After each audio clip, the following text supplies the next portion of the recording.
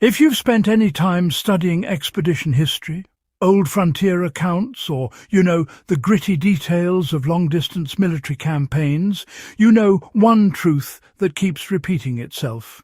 The simplest gear often ends up being the most critical.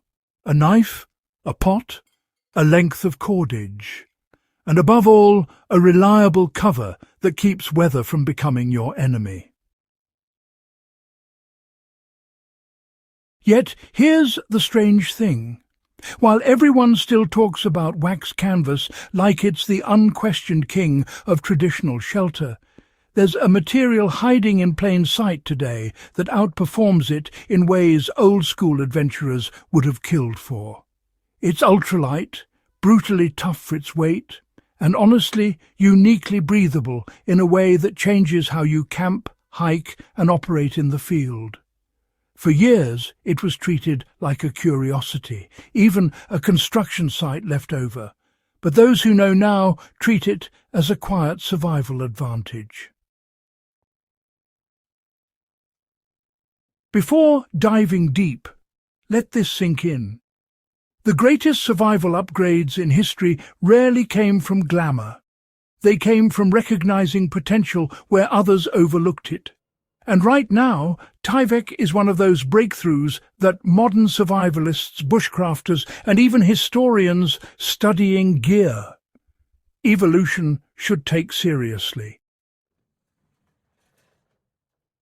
Once you understand what it actually offers, you'll never look at traditional canvas the same way again. Tyvek didn't come from the outdoor world. It came from building science. That's part of what makes it such an interesting parallel to historical gear innovations.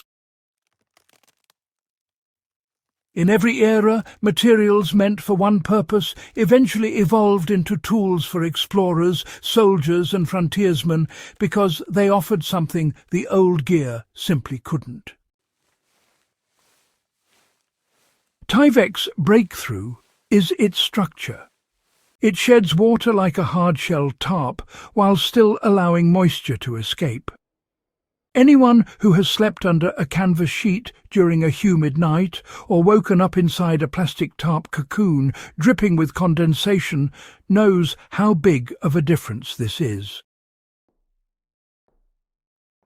Breathability means comfort, and comfort means endurance, which has always been the backbone of survival. To see Tyvek's value in real-world use, take the simplest application, a basic A-frame shelter. When pitched tight between two anchor points with a taut ridgeline, Tyvek keeps the rain out, but allows the interior space to remain dry rather than damp and muggy.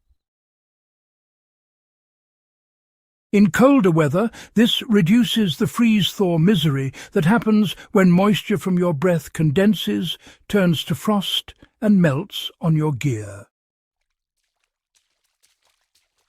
These are not small inconveniences. Throughout history, moisture management has been the difference between a functional camp and a wet, dangerous one.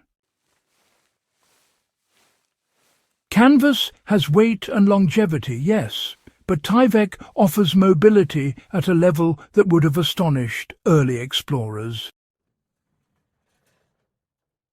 This material can be folded flat, stuffed into a pocket, wrapped around sharp objects without tearing, and used as shelter, pack liner, poncho, ground sheet, or gear wrap. If you've ever studied the rations and packs carried during the First World War or, the long marches of Roman legions, you'll know that every ounce really mattered.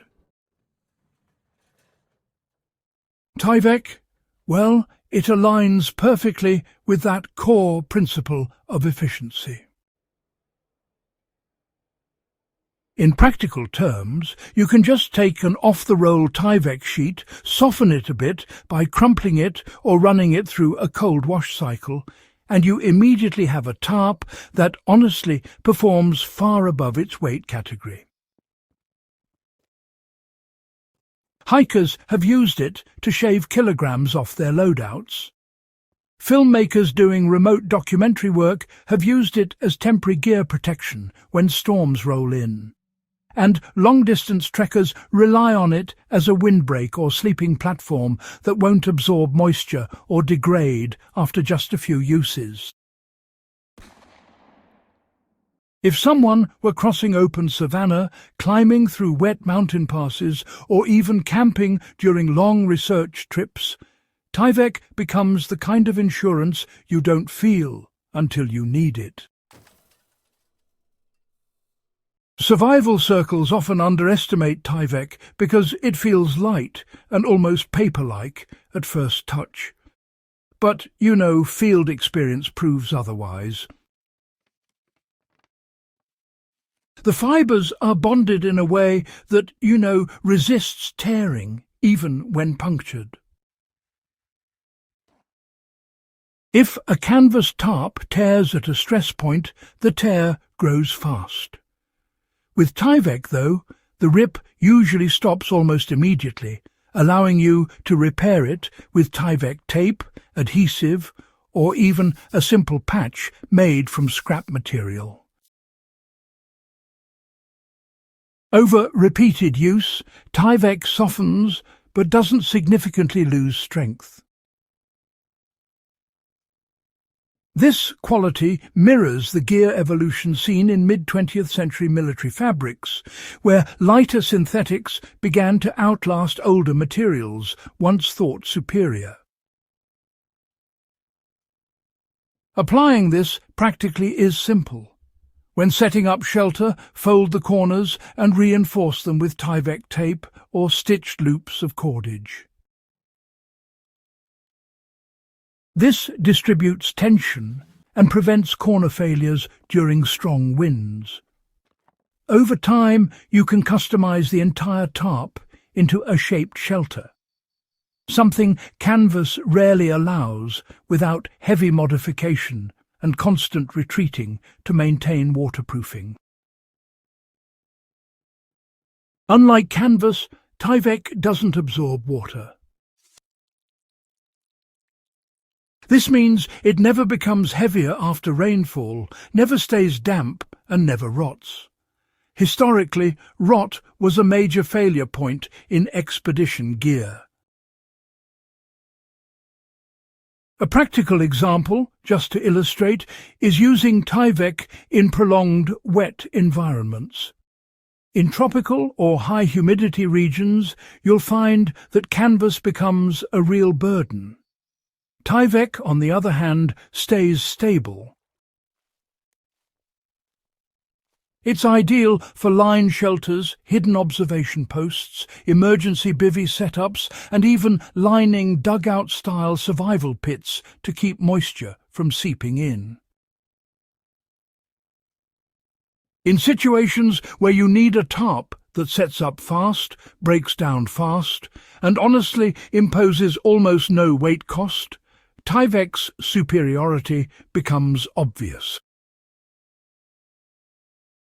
Tyvek won't replace canvas for historical reenactment or long-term stove-heated base camps, but for mobility, moisture control, weight savings, and functional survival efficiency, it stands right at the top of the modern tarp world.